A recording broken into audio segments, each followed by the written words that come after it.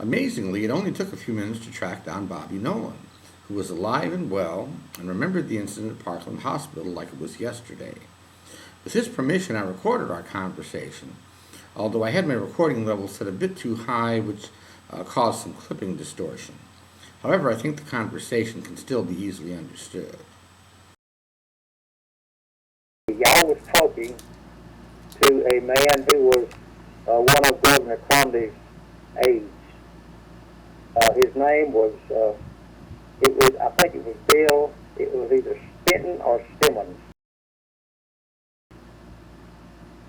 And he was an aide to the governor, and she came up and told him that she had the bullet that came off of the gurney.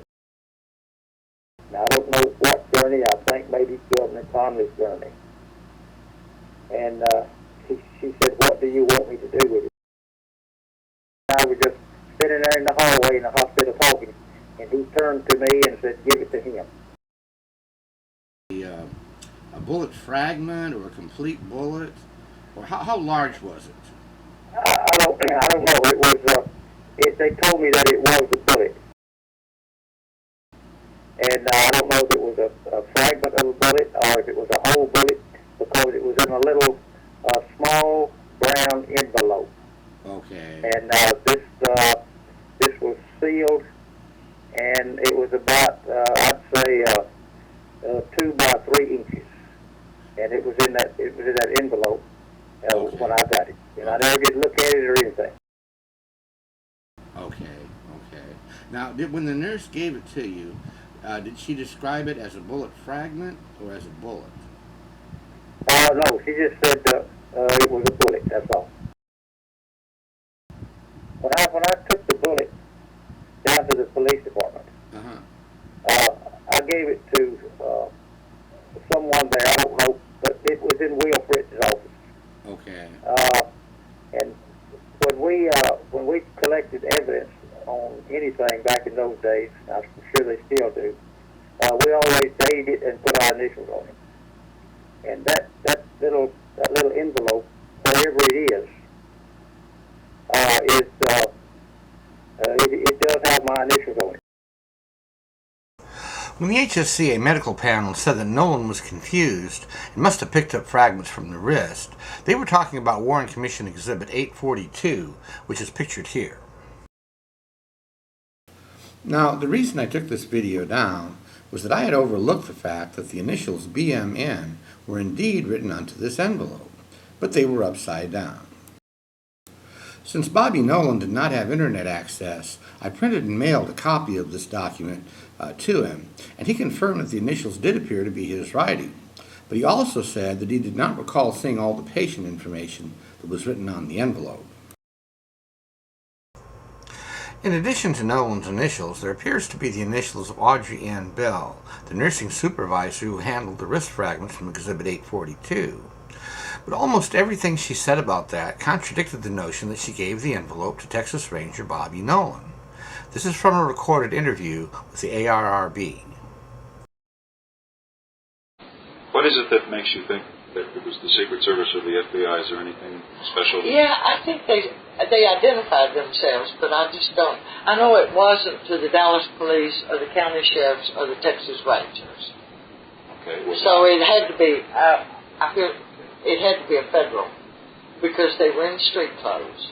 They were not in uniform. Okay. And you said there was a receipt executed. Would you say that? Yes, they signed on. Did you sign the receipt also? Yes. And that went to administration. To administration at Parkland. At Parkland that day. Nolan told me that he was in full uniform that day. But in addition to those contradictions, there was another problem. Nurse Bell's initials looked much more like a crude attempt to overwrite someone else's initials than they did the real thing. Okay, for the sake of argument, let's say that maybe she did use a lowercase b to designate her last name. But what is this? And this? And this? And this? And this? Obviously, there was another set of partially erased initials that someone tried to replace and substitute with something that was supposed to look like Bell's initials. Fortunately for us, they did a really crappy job of it. If you believe the FBI version of events, then you have to believe that Nurse Bell filled out this envelope stating that it contained fragments from Connally's arm, but then turned around and told Bill Stinson and Bobby Nolan that it was a bullet or a fragment from the leg. Folks, this was a highly competent medical professional. She knew the difference between an arm and a leg. And then you have to believe that Nolan carried the same envelope around and told the FBI that it was from the thigh also. Governor Connally stated that the bullet fell from his thigh and was retrieved by a nurse as he was being transferred from his stretcher to a bed. Now, at that point in time, Nurse Bell was still with President Kennedy, so that nurse could not have been her. So it makes sense that Bell was correct that she passed the wrist fragments to the FBI or Secret Service, but that it was another nurse who told District Attorney Wade, Bill Stenson, and Bobby Nolan that she had a bullet from Connally's leg. And remember what Officer Nolan said. The nurse came out in the hallway and asked Bill Stinson, "What do you want me to do with this?" There's no way that Nurse Bell, who was a supervisor over the other nurses and had been there for years, would ask a stranger in the hallway what to do with an evidence envelope. That had to have been a different and much less experienced nurse. Officer Nolan also told me that his recollection was that there was not as much patient information on the envelope that he saw. That makes sense, since if it had said it contained fragments from the right arm, he and Stinson wouldn't have been going around telling people that it came from Connally's thigh.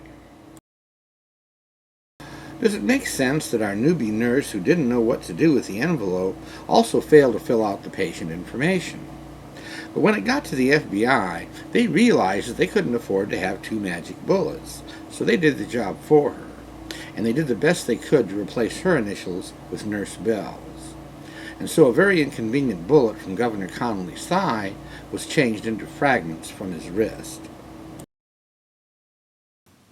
Okay, let's review.